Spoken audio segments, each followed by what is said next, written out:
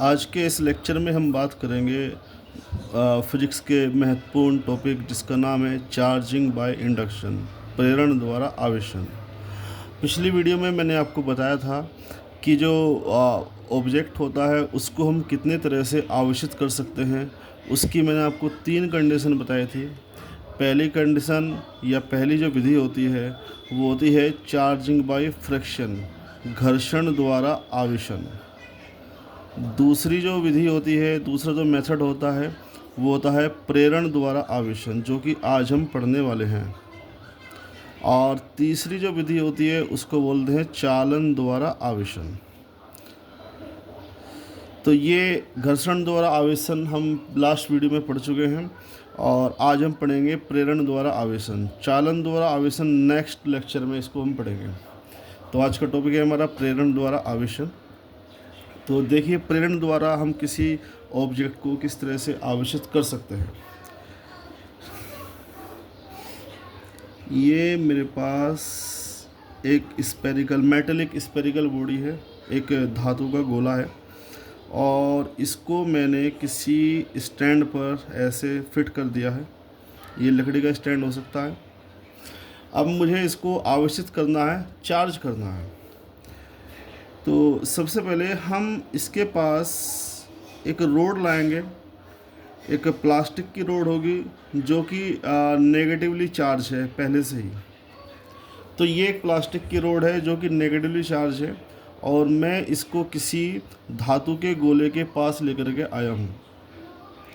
तो जैसे ही मैं इसके पास लेकर के आऊँगा तो धातु के गोले के जो इलेक्ट्रॉन होंगे, फ्री इलेक्ट्रॉन, नेगेटिव इलेक्ट्रॉन का आवेश नेगेटिव होता है।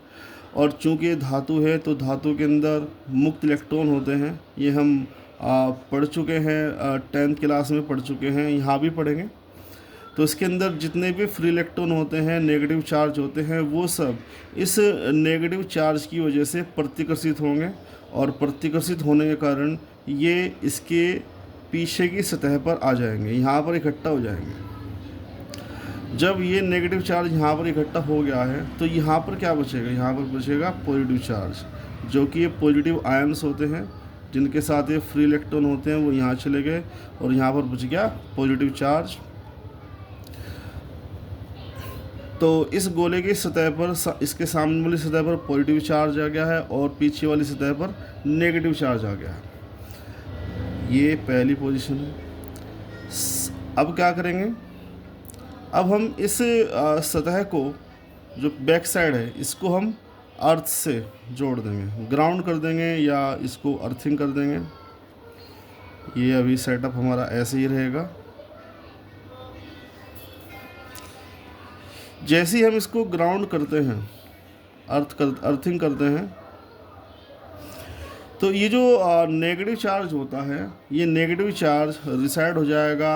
ये यूँ कह लीजिए कि ये नेगेटिव इलेक्ट्रॉन जो है ये इस वायर के थ्रू ग्राउंड हो जाएंगे, अर्थ में चले जाएंगे। तो यहाँ पर कोई भी नेगेटिव चार्ज नहीं बचेगा। तो अभी यहाँ पर क्या बचा है? ये केवल पॉजिटिव चार्ज।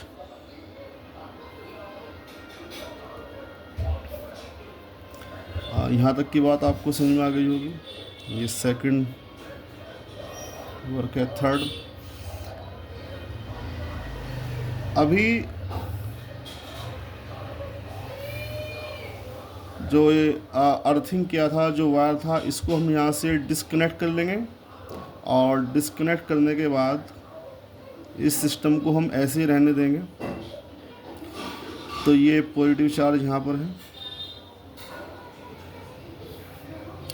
यहाँ पर अभी कोई चार्ज नहीं होगा। और लास्ट में हम क्या करेंगे? इस नेगेटिवली चार्ज रोड को यहाँ से हटा लेंगे। तो जैसे हम इसको यहाँ से हटाएंगे तो ये पूरा का पूरा जो पॉजिटिव चार्ज है ये पूरे सतह पर एक समान रूप से फैल जाएगा, यूनिफॉर्मली डिस्ट्रीब्यूट हो जाएगा।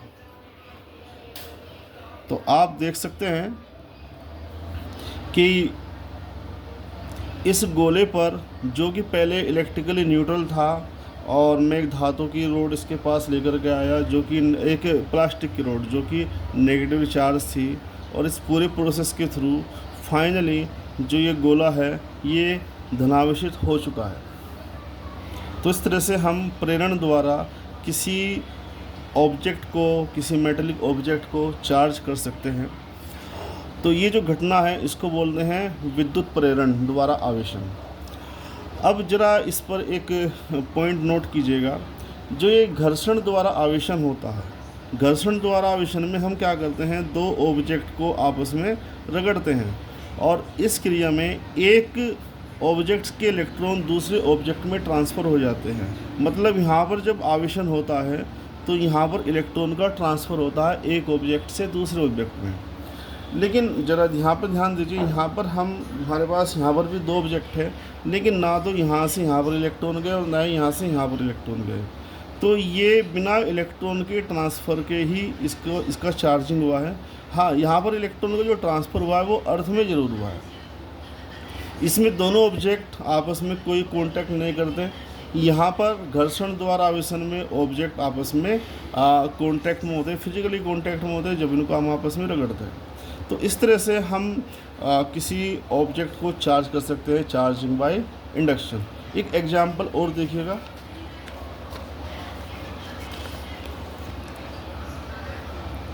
एक दूसरे एग्जांपल की सहायता से हम इसको फिर समझते हैं। इस बार मेरे पास एक गोला नहीं बल्कि दो गोले हैं।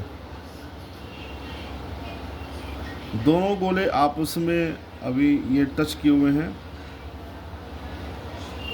और दोनों को मैंने इंसुलेटिंग स्टैंड पर रख दिया है। अब ये दोनों गोले इलेक्ट्रिकली न्यूट्रल हैं। अब यही देख लीजिए, अब इलेक्ट्रिकल न्यूट्रल है। तो मैं यहाँ पर एक रोड, प्लास्टिक की रोड है जो कि पॉजिटिवली चार्ज है, मैं इसको इन दोनों के पास लेकर के आया।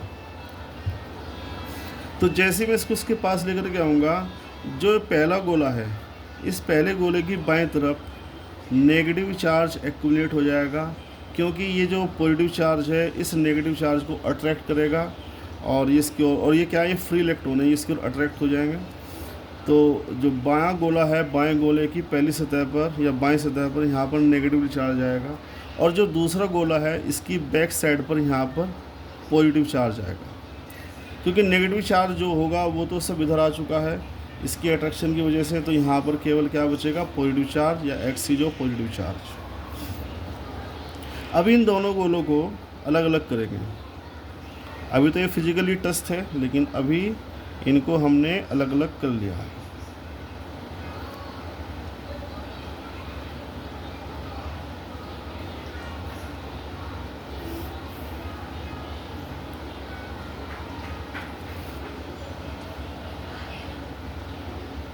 जैसे इनको अलग करेंगे तो जो पहला गोला है यहाँ पर ये नेगेटिव चार्ज ही रहेगा इसके सामने, और जो दूसरा गोला है इसकी बैक साइड पर यहाँ पर पॉजिटिव चार्ज रहेगा।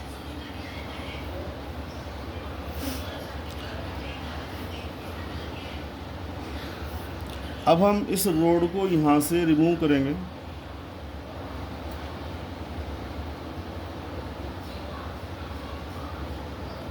जब इस रोड को रिमूव करेंगे तो ये जो नेगेटिव चार्ज होगा ये इधर आएगा, पॉजिटिव चार्ज इधर आएगा। क्यों?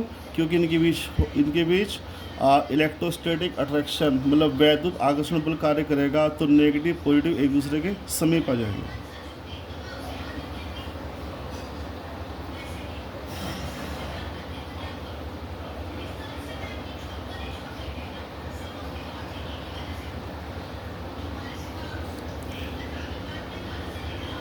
तो ये थर्ड प्रोसेस था, और लास्ट प्रोसेस में इन दोनों गोलों को बहुत दूर ले जाएंगे, इतनी दूर कि इसका इस पर कोई इफेक्ट ना पड़े, इसका इस पर कोई इफेक्ट ना पड़े। तो उस समय ये गोला जो होगा ये कम्प्लीटली यूनिफॉर्मली नेगेटिवली चार्ज हो जाएगा।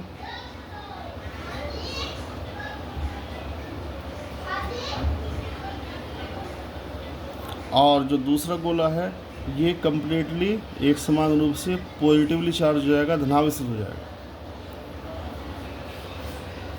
तो आप देख सकते हैं कि हमारे पास दो गोले थे, दोनों गोले इलेक्ट्रिकली न्यूट्रल थे, और उनको हमने एक पॉजिटिवली चार्ज रोड की सहायता से किस तरह से इन दोनों को हमने आवेशित कर दिया है। एक को हमने नेगेटिवली चार्ज किया है, दूसरे को पॉजिटिवली चार्ज किया है। और आप यहाँ पर ये फिर देख सकते हैं कि इस चार्जिंग प्रोसेस में इलेक्ट्रॉन का दूसरे बॉडी पर ट्रांसफ़र नहीं हुआ है, जबकि चार्जिंग बाय इंडक्शन में, चार्जिंग बाय फ्रिक्शन में इसी तरह का होता है, उसमें एक ऑब्जेक्ट से दूसरे ऑब्जेक्ट पर इलेक्ट्रॉन का ट्रांसफ़र होता है, लेकिन यहाँ पर ऐसा नहीं हुआ है।